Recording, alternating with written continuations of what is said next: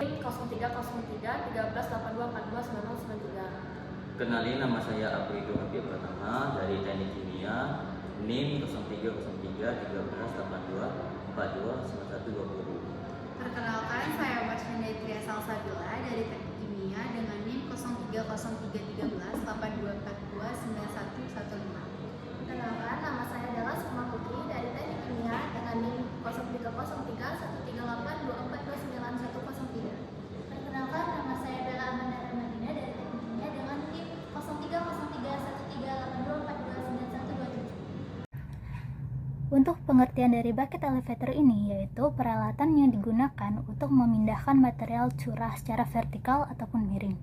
Alat ini banyak digunakan di industri semen, pupuk, makanan, dan pelabuhan karena alat ini mampu mengangkut material dalam jumlah yang besar secara efisien.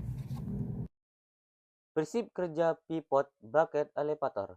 Cara kerja pivot bucket elevator dimulai saat material masuk melalui feed outlet. Bucket yang digerakkan oleh rantai atau sabuk membawa material ke atas. Di bagian atas, bucket berputar pada porosnya, sehingga material keluar secara terkendali melalui discharge spot. Sistem ini mencegah tumpahan dan cocok untuk material rapuh. Jenis-jenisnya, yang pertama, deep bucket.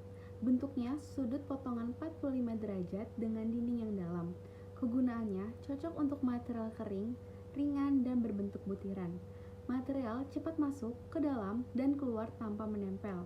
Contoh materialnya adalah jagung, beras, pasir, dan semen. Kelebihannya, kapasitas angkut berat, dan kekurangannya tidak cocok untuk material lengket atau basah. Kedua, shallow bucket. Bentuknya sudut potongan 45 derajat, tetapi dengan kedalaman lebih dangkal. Kegunaannya dirancang khusus untuk material lembab, basah, atau lengket. Materialnya lebih mudah terbuang saat pembuangan. Contohnya, tanah liat, lumpur kering sebagian, dan pupuk urea basah.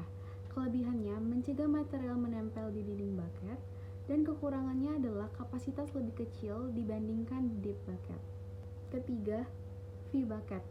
Bentuknya V atau huruf U terbalik dan lebih kokoh. Kegunaannya digunakan untuk material yang keras atau berbongkah besar dan material berat dapat diangkut dengan aman. Contoh materialnya adalah pecahan batu, biji tambang, batu bara, dan kerikil. Kelebihannya adalah mampu membawa material berat dan kekurangannya adalah bobot bucket lebih berat memerlukan energi yang lebih besar. Bagian-bagian utama dari pivot bucket elevator terdiri dari bucket, rantai dan sabuk sebagai media penggerak, pulley dan sprocket sebagai transmisi, motor sebagai penggerak, dan juga case pelindung. Take up berfungsi untuk menjaga ketegangan rantai agar bucket bergerak stabil. Aplikasi penggunaan. Hampir semua dunia industri menggunakan peralatan pivot bucket elevator sebagai salah satu peralatan pengangkutan material, apalagi untuk memindahkan material ke tempat yang lebih tinggi. Adapun aplikasi dari penggunaan bucket elevator ini antara lain: 1. Pada industri semen digunakan untuk mengirimkan material dari rotary kiln ke silo. Kedua, pada pelabuhan digunakan untuk memuat dan membongkar material curah ke kapal atau gudang penyimpanan dengan aliran material lebih terkendali. Ketiga, pada pertanian, alat ini memudahkan pengangkatan gabah atau biji-bijian ke tempat penyimpanan. Keempat, pupuk industri atau kimia cocok untuk material lembab atau lengket seperti pupuk urea basah, tanah liat, dan bahan kimia granut. Bucket berporos memudahkan pembuangan material agar tidak menempel. Terakhir atau kelima, industri makanan dipakai untuk mengangkut gula, kakao, kopi, serta bahan pangan curah lain yang memerlukan perlakuan hati-hati agar kualitas tetap terjaga. Mengenai faktor-faktor utama yang menentukan pemilihan pivot bucket elevator, khususnya dalam konteks penerapan di industri proses. Pemahaman terhadap aspek teknis pemilihan peralatan ini penting untuk mendukung efisiensi pemindahan material, keamanan operasional, serta kesesuaian dengan karakteristik proses industri. Yang pertama itu adalah jenis material. Faktor pertama yang harus dianalisis adalah karakteristik fisik material yang akan dipindahkan. Nah, untuk material fragile atau mudah rusak seperti biji-bijian, makanan ringan, atau produk farmasi, penggunaan pivot bucket elevator direkomendasikan karena pergerakannya lebih halus sehingga meminimalkan risiko kerusakan material.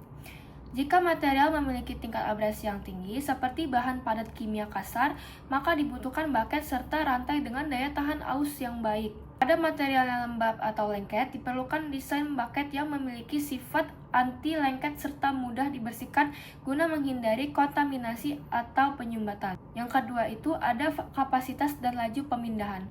Faktor kedua adalah kapasitas pemindahan material per satuan waktu, yang akan menentukan ukuran bucket, kecepatan elevator. Pivot bucket umumnya digunakan pada kapasitas menengah hingga tinggi, namun tidak dirancang untuk kecepatan operasi yang sangat tinggi. Oleh karena itu, penting untuk mencocokkan spesifikasi alat dengan kebutuhan laju proses. Yang ketiga, ada jarak dan arah pemindahan. Aspek berikutnya adalah jarak dan arah pemindahan material. Untuk pemindahan secara vertikal, sistem ini sangat sesuai. Jika perpindahan dilakukan secara kombinasi horizontal dan vertikal, desain pivot bucket memungkinkan untuk digunakan pada layout berbentuk Z, C, atau L. Panjang lintasan juga mempengaruhi desain rangka serta sistem penopang, sehingga perlu diperhitungkan dalam tahap perancangan. Yang keempat, fleksibilitas pengosongan. Faktor terakhir adalah kemampuan sistem dalam melakukan pengosongan pada beberapa titik atau multi-point discharge. Sistem ini memungkinkan pengosongan material di lebih dari satu lokasi, sesuai dengan kebutuhan proses distribusi. Hal ini sangat berguna untuk mendistribusikan material ke beberapa unit produksi secara efisien.